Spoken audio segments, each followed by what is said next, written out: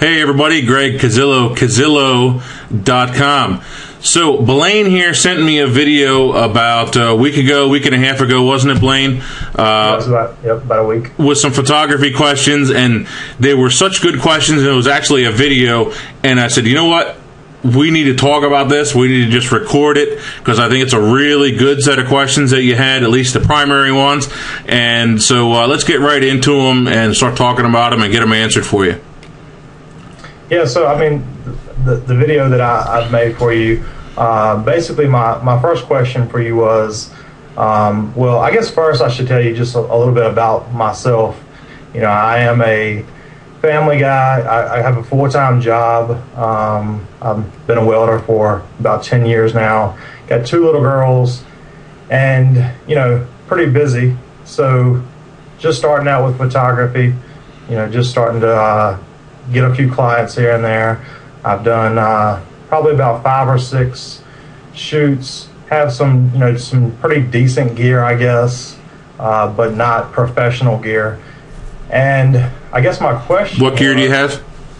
I actually have a Canon T2i. I have the 50mm f1.8 lens on it, which is what I'm using for the majority of my photography right now. Okay. Any strobes or anything? No, just the on-camera flash, which obviously I don't use. But so anyway, yeah, just obviously I want to upgrade my equipment and get better equipment so that I can start producing some better images and better work. But being that I do own my own house, so I have a house payment and kids to buy food for and all that kind of good stuff. You know, I don't have $2,000 or $3,000 or even way more if you want to get to the really high-end stuff, to just go out and take out a loan and go buy some nice professional photography equipment. So I guess my question for you was, you know, that would you recommend that I actually take out, you know, go possibly talk to someone about getting a business loan, you know, for my photography business, or would you say just kind of for right now stick with just doing the small shoots and kind of work my way up, I guess? I am 30 years old, so I don't have a really long time to, you know, go to that next level, I guess. Well, I mean, I know that's not old. I'm not trying to say I'm old, but yeah. I would definitely say that I think you need to hold off on that idea of the business loan. The banks are going to be really tight as far as who they're lending to, especially small businesses that don't have any kind of a record of you know, basically paying back whatever it may be for. Right. Honestly, my main suggestion would be to just try and save that money, just try and hold on to it as best you can, and just start your own savings account and start buying better equipment as you can. First thing you're probably going to want to get is a body, then start really upgrading your lenses. So, you know, work on getting some kind of a path, or maybe set a goal of, okay, I want to buy, in 6 months, I want to be able to buy a body, and then another 6 months, I want to be able to buy a good lens. But the big thing is make sure that you're buying good equipment, because if you buy bad equipment or equipment that isn't as good, number one, it's not going to hold its value. And number two, you're going to end up buying something newer or better in the long run. So you're going to end up wasting that additional money. Right. Well, so, I've been kind of contemplating that. I guess I should ask for your suggestions on this. You know, being as I don't have a lot of money to just throw around, would you recommend, like you just said, you know, go with a body from where I'm at now? I've actually been thinking more of either a lens or possibly even, you know, an external or off-camera strobe or flash, rather. Maybe like the $300 Canon flash, just to kind of. I'm mainly doing outdoor portraits right now, and I think that, you know, that external flash could kind of add to the, you know, help with the lighting, especially because with the T2i, I don't want to go high with my ISO. You know, I don't want to get the photos grainy and everything. So, I mean, would you recommend going with the flash or the lens, or would you still say the try to save up for a body. The body's going to be a lot more expensive. So it is. And you're going to need a few components with the flash. Not only, ideally, you shouldn't just be buying the flash. You should also be buying a stand in order to carry it with. In fact, I'm going to bring it up here on the screen as we're speaking. You need the stand. Okay, you also need some kind of a modifier or a softbox or something like that. Let me find this video. Where is it? Scott, there it is. Okay, so you need a couple of things here. You need stands, you need backgrounds. If you wanted to do anything indoors, you also need this kit right here that I'm showing everybody. This kit is great for taking a single flash and being able to take it off camera. So once you have this kit to mount it on, you also need a way to fire it. So that investment isn't quite as small as what you might think. Right. Okay.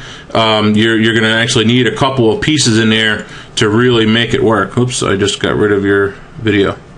So, point is that there's a couple more things in there. Yes, it's a $300 flash, but you're going to have to find a way to fire it off camera. Okay. And you also need the kit in order to stand it up. I mean, the kit with the stand, the softbox, and the bracket and all, probably about $150, $175. And then you need some kind of either a set of pocket wizard, something like that, which I think are around $300, $350. And again, we're talking good equipment. We're not talking about cheap stuff, like those cheap cowboy triggers or, some cheap Chinese something or other that's out there. If I buy something, I've kind of set my mind up to, if I do purchase pretty much anything else, I want to be able to buy something that's going to invest in my future. Even with that small Canon flash, I was kind of looking at that as, even if I went with the little bit, I think it's the 430 or something like that. Oh, the other thing is you need to keep in mind is make sure that everything you're buying is going to work together. Right. Okay. If you need to buy the 580 Canon strobe, buy it because it's going to be $150 more. But that's still better than buying a $300 flash and then have to buy a $450 flash because the $300 flash didn't do what you wanted it to do. Right. So, don't be short-sighted and make sure everything is going to work together. Whatever it is that you purchase, whatever order that you decide to go. Personally, I am not a fan, as you may have found in the past, of shooting with a 50mm lens all the time. Right. Yeah, I understand that now. I'm not a fan, but I do now. Yeah, I'm not a fan of it at all. Whether you have a crop sensor or not, it doesn't matter. You still have the same parallax issues, the same problems. It just doesn't look good for portraits, and I am just not a fan of it, especially the tighter portraits. What about? I know, I saw the tweet that you sent out or whatever with the pictures in there. Now, what about family photography with a 50mm? Would that do the same effect on a wide-angle family shot with a 50mm, or was that primarily for a headshot, like a straight-on, close-up headshot with a 50mm? Yeah, you're really only going to see those problems with the tighter headshots. Right. Say the 3/4, from the waist and then tighter is when you're really going to see that. But there's still times when it's just not going to fit. It's not going to be wide enough, or it's not going to be long enough. You're not going to have like with a 70-200 lens, you can blow out the background real nicely. You can't do that with a 50 at all. It's just so many things that you can't do with only having that one lens.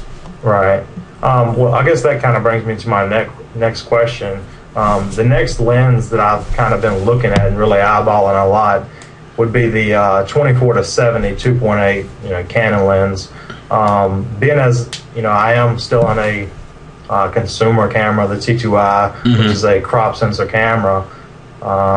Would you recommend going with that right now, or would you say just kind of hold off until I get a full frame or more professional series camera? Well, it's for someone that's on a crop sensor, what I typically say is to buy a 70-200 lens, which is, especially if you're doing a lot of portraits or a lot of sports, that to me is the number one portrait lens. And I shoot probably 3/4 of my photos, especially portraits and wedding work, with that 70-200 lens.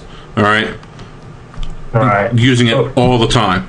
But with the 70-200, it's I don't know. I guess it's kind of like I'm scared to spend that much money on a 70-200 when, you know, like I said before, I do have 2 little girls which I take a lot of pictures of, and I know it would probably come in handy, you know, a lot of times. But at the same time, you know, a lot of times we're inside, you know, and with that 24-70 on a crop sensor, you know, that's actually what, like, I don't know exactly what it is, but what, like 85 millimeter on the top end, or maybe closer to 100. But actually, here's my next part of that I actually recommend going with the 70-200 and like a 17-55 is actually what I think everyone should have.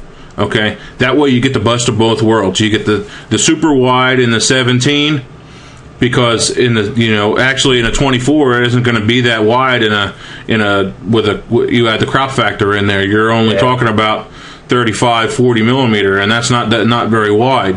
Whereas when you get down to a 17-55 2.8, it's still going to be a really good lens. The Canon and the Nikon are both really, really good. But when you when you add that additional you know, wide angle, it makes a big difference.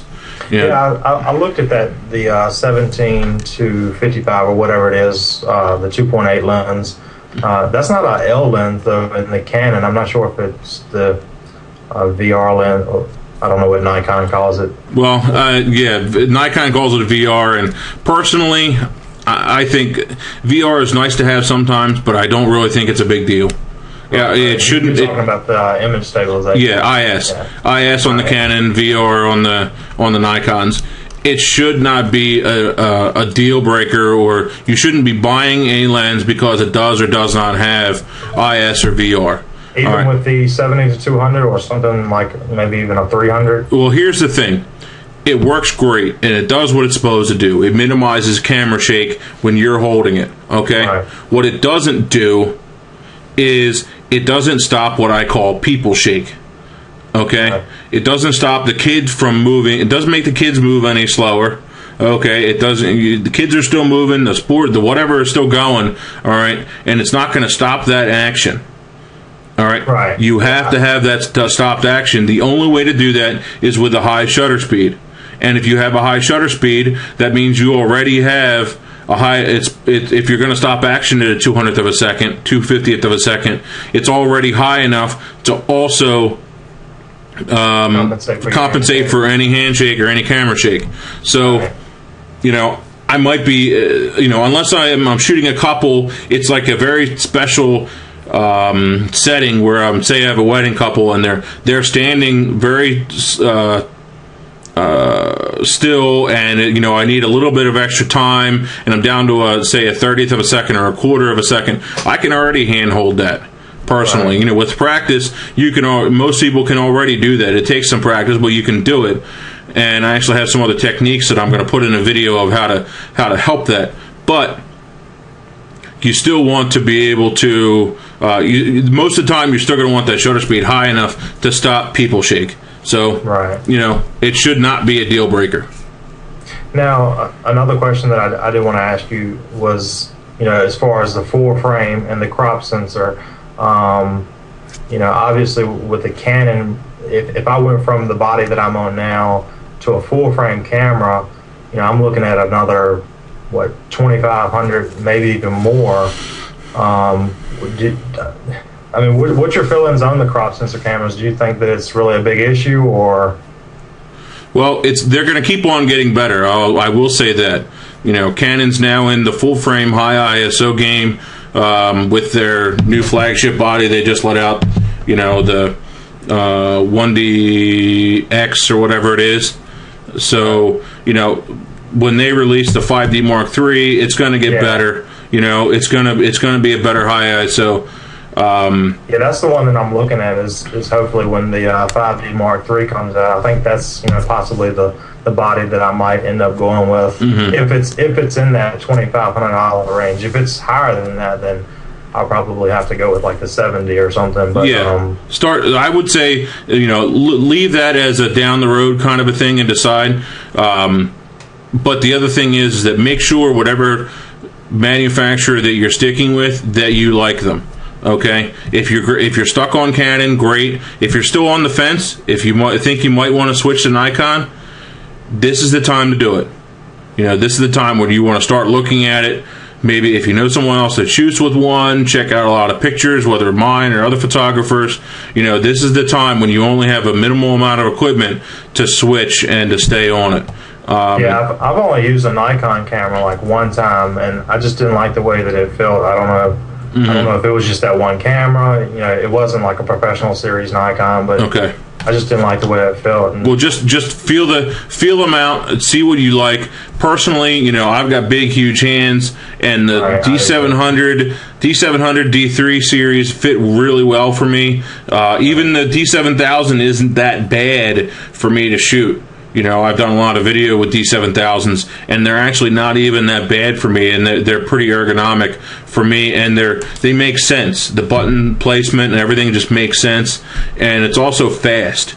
Obviously, I'm probably a broken record when it comes to a Nikon, but that's what I do. That's what I shoot. So. And no, I'm not getting paid with Nikon, although I do accept sponsorships. Right. I understand that. Anyway, so just whatever it is you decide to buy, decide on it now. Make sure, because you don't want to be switching and, again, wasting money in the future. Right. So, so I guess back to my initial question, you would definitely rule out the trying to get some type of small business loan or something like that right now. Yeah, I would hold off. Do your best to just save up money wherever you can.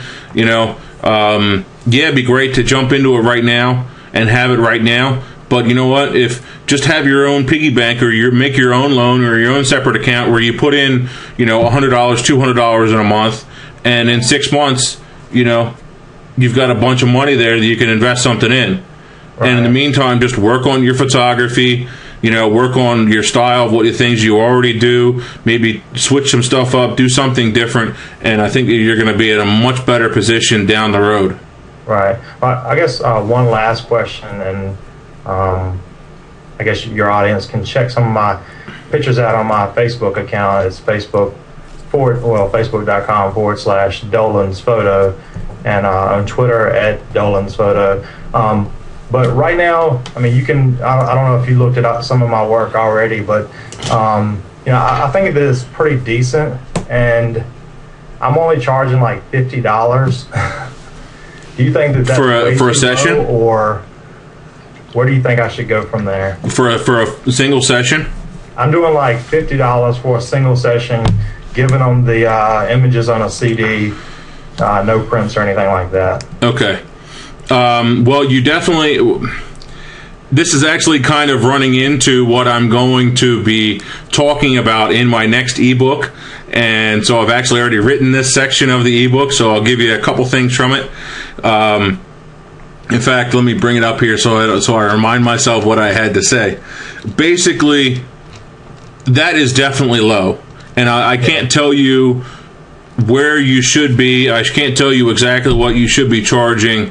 But I would say, put it this way: the way I talked about it in the ebook is, look, say you wanted to make $400 or $500. We'll just say $400.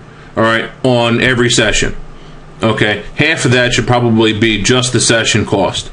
Okay, so $200 should be the session cost, and then the other $200 you should be trying to make up on, say, prints or add-ons, whatever it may be, and so that's that additional difference that you should be getting in there. All right. I guess the one thing that it kind of intimidates me on going with my price that high is that I know studios around here that do a session plus a lot of prints for like $100, and I'm like, if I charge somebody $100, I understand that I have to travel and they're not coming to a studio and stuff like that, but I just feel like that if I were to charge somebody $100 for just coming to a shoot and taking some photos, giving them a CD, where they can go down the road and get the same thing. Well, not technically the same thing, but they can get their family pictures taken for $100 and actually get a bunch of photos. I feel like that I'm almost kind of ripping people off. I guess that's why I've already started kind of low. Yeah, well, there's a couple things with that. Number one, you can't worry about anybody else's pricing, period. And I know this is the toughest thing that I didn't understand for the longest time either, but you cannot worry about everybody else's pricing. You can't really worry about what anyone else does. All right, that's number one. Number two, something else that I talked about in my ebook that's coming up, that one of a sales pitch, and actually this is something I just had a speaker in my networking group the other day, and he talked about this, is, look, you need to say to the person, look, I'm not the cheapest in the area, okay, but I'm the lowest risk, okay? I have the better quality. I have the it's going to be tough for you to say experience since you haven't been doing it for that long. But for me, someone who's doing it for a couple of years, look, I have the experience, I have the lower risk, I have this, I have that. So, look, I'm the lower risk photographer. You're going to get a consistent quality. When you have a second body, you can also say to them, look, I have 2 camera bodies that I bring if there is an issue, and backup lenses and things if I did have some equipment go down. And right. So that's the point that you need to work towards and strive for. Okay. Another thing that I try to tell people when I'm talking to them about my type of photography is that you go to a studio and you take pictures and you hang them up on your wall and they're going to look like every other Tom, Dick, and Harry. Every other picture that you've ever saw, of someone taken in a studio. The J.C. Penney's and all that. Exactly. And if you have, something that's on site, unique, their own place, their own backyard, whatever it might be, that's their own unique set. That's, so that's what I kind of try to convey to most people that I talk to about, trying to book me. Yeah, I do the same thing. I'm not a fan. Like, I do studio stuff all the time, but it all feels the same to me. And so I always try to say to them, look, if they have room, let's do it in their home. Let's do it like a studio session, but without the background, and do it in their home, and with their home as the background, whether it be indoors or outdoors, or maybe I'm trying to think of some other way to put it, but of course, go to a park or go to a whatever and do something else with it. Right. So rather than just doing that boring same thing all the time, right? So I feel you there. I try to do the same thing. Cool, awesome. Well, that's about all with my questions. I don't want to hold you up any longer, but thanks a lot for answering all my questions, and I appreciate all of your help on your website and the videos and everything. I really learn a lot from them. So keep up the good work. Sounds good. Yeah, I'm glad to be there. It is enjoyable. Everybody's kind of rooting me on. Seems like every other comment, say on YouTube or on the website, is keep it going. Don't stop. All that stuff. More of this, more of that. So it is nice to have those guys like you that are out there rooting me on. It's pretty cool. Yeah, I mean, just to kind of throw something in real quick, I really enjoy the videos that you've done where you actually go out and really show.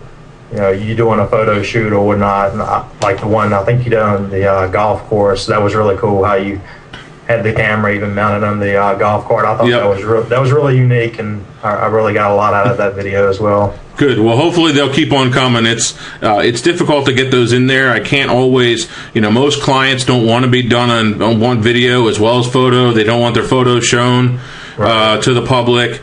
So it's difficult to get those sessions that are out there. There's people that are out there that don't mind showing everything.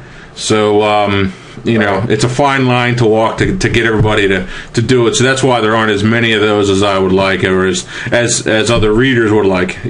Right. Well, we appreciate all of them that you can do. So sounds good. Thanks a lot. All right. Thank you. Thanks everybody. Greg Cazzillo, Cazzillo.com. See ya.